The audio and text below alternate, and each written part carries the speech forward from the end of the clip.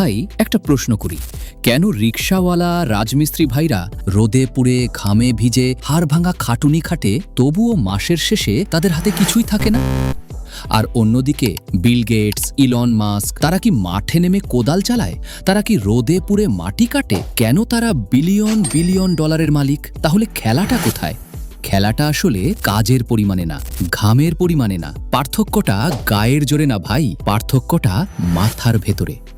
আমরা যারা মধ্যবিত্ত বা গরিব মানসিকতায় বড় হয়েছি, হাতে একটু টাকা এলেই মাথায় প্রথম চিন্তা আসে মানুষকে দেখাতে হবে, তো লাইফস্টাইলটা আপগ্রেড করা দরকার।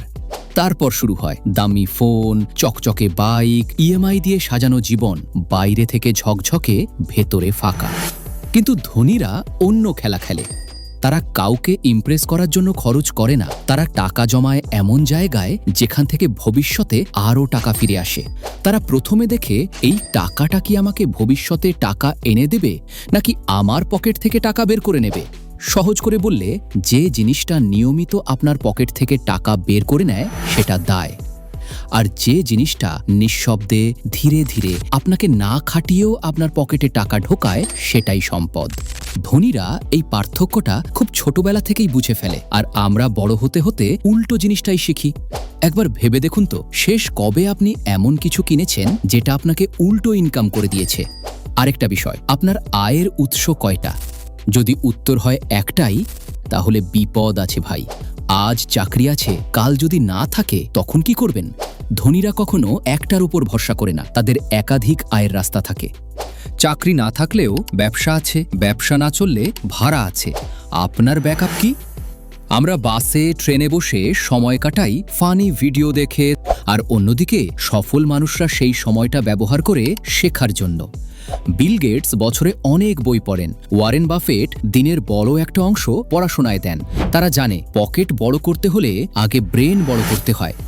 তাই আজ থেকেই অকারণে স্ক্রল কমিয়ে নতুন কিছু শেখা শুরু করুন, কারণ ভবিষ্যৎ তাদেরই যারা আজকে নিজেদের আপগ্রেড করে।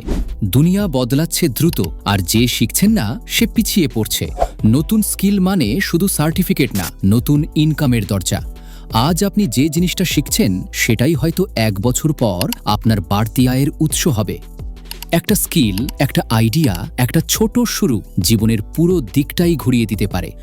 মনে রাখবেন, গরিব মানুষ সময় খরচ করে, ধনী মানুষ সময় বিনিয়োগ করে। পার্থক্যটা এখানেই। আপনি আজ যে 1 ঘন্টা নষ্ট করছেন, কেউ হয়তো সেই 1 ঘন্টা ব্যবহার করে নিজের ভবিষ্যৎ বানাচ্ছে। 5 বছর পর ফলাফল দুজনের এক হবে কিভাবে? শেষে আসে সবচেয়ে বড় পার্থক্যটা। গরিব মানসিকতা বলে আমার কপাল খারাপ, সিস্টেম ভালো না, কেউ সুযোগ দেয় না। আর ধনী মানসিকতা বলে যা হবার হয়েছে, এখন আমি কি করতে পারি। তারা অজুহাত দেয় না, তারা অ্যাকশন নেয়। কারণ জীবন কারো দয়া নয়, জীবন একটা সিদ্ধান্ত। এখন চয়েসটা আপনার।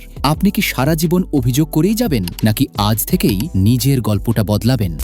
আপনার ভবিষ্যৎ একদিন আপনাকে ধন্যবাদ দেবে যদি আজ আপনি সঠিক সিদ্ধান্ত নেন। ভিডিওটা যদি আপনার ভেতরে একটু হলেও আগুন জ্বালিয়ে দেয়, তাহলে সাবস্ক্রাইব করে আমাদের ফ্যামিলিতে যুক্ত হন। দেখা হবে নতুন ভিডিওতে।